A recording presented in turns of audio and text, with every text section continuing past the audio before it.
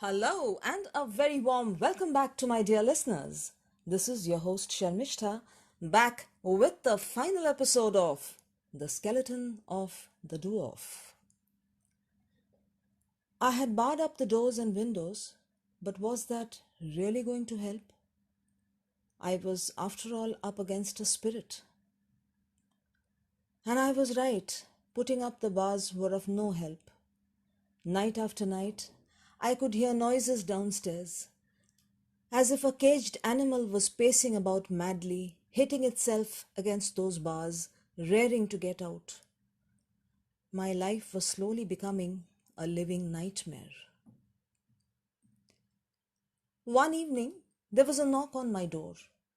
I opened it to find that tantric who had visited me earlier. One look at my face and he asked, "What's wrong? And why have you barred up your doors and windows?"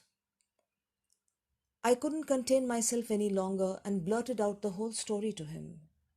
He heard me out in complete silence and then spoke at last. "There is nothing to worry about. Give me that skeleton. Although I don't have that much money to pay you, but I can surely help by ridding you of this." I should have heaved a sigh of relief, getting the opportunity of ridding myself of this terror.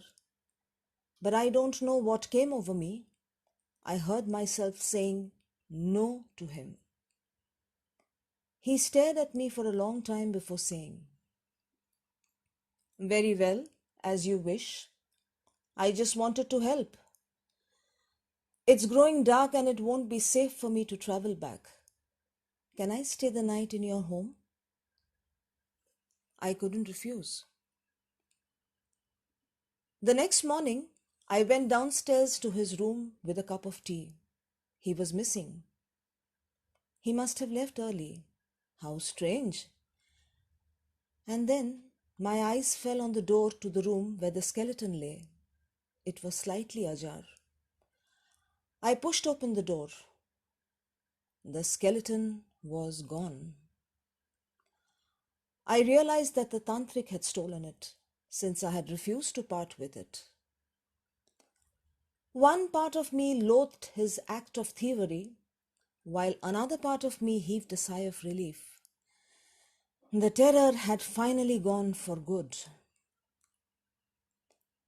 A few days later, I was resting in the afternoon when there were loud knocks on my door. I hurried downstairs and threw the door open. A few villagers were standing outside, and among them was the grocery storekeeper. They were all looking agitated. "What is it? Has something happened?" "A dead body has been discovered," said one of the villagers. I was aghast. "A dead body? Whose?" "We don't know, but it was found under the tamarind tree behind your house." I rushed out to see. I wish I hadn't gone. The body had been mutilated badly. But I recognized him. It was the tantric, and he had met a horrible end. I quickly mumbled to the assembled villagers that I didn't know who this man was and rushed back to the house. And there he was.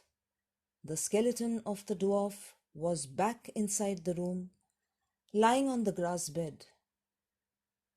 Alas, I was stuck with this terror forever now. That night, I was suddenly awakened. It felt like an ice-cold hand had suddenly touched me. I sat up and rubbed my eyes, and in the darkness, I saw her.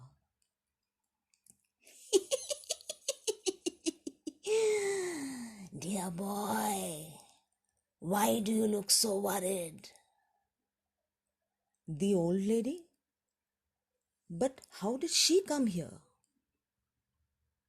Why are you so worried? Bring me the skeleton tomorrow. I shall put an end to it.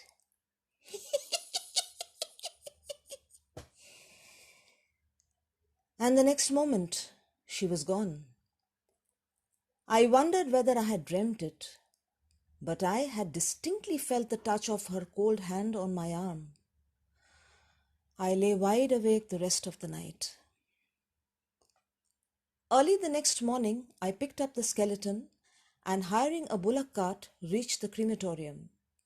And sure enough, I saw her sitting under the banyan tree, smiling at me, as if she had been waiting for me to come. Dear boy, here you are at last. Bring it here.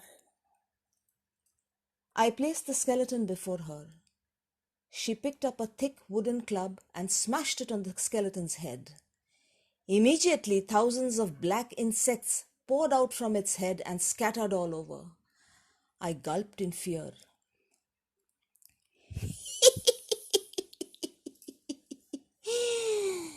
Don't be afraid, dear boy.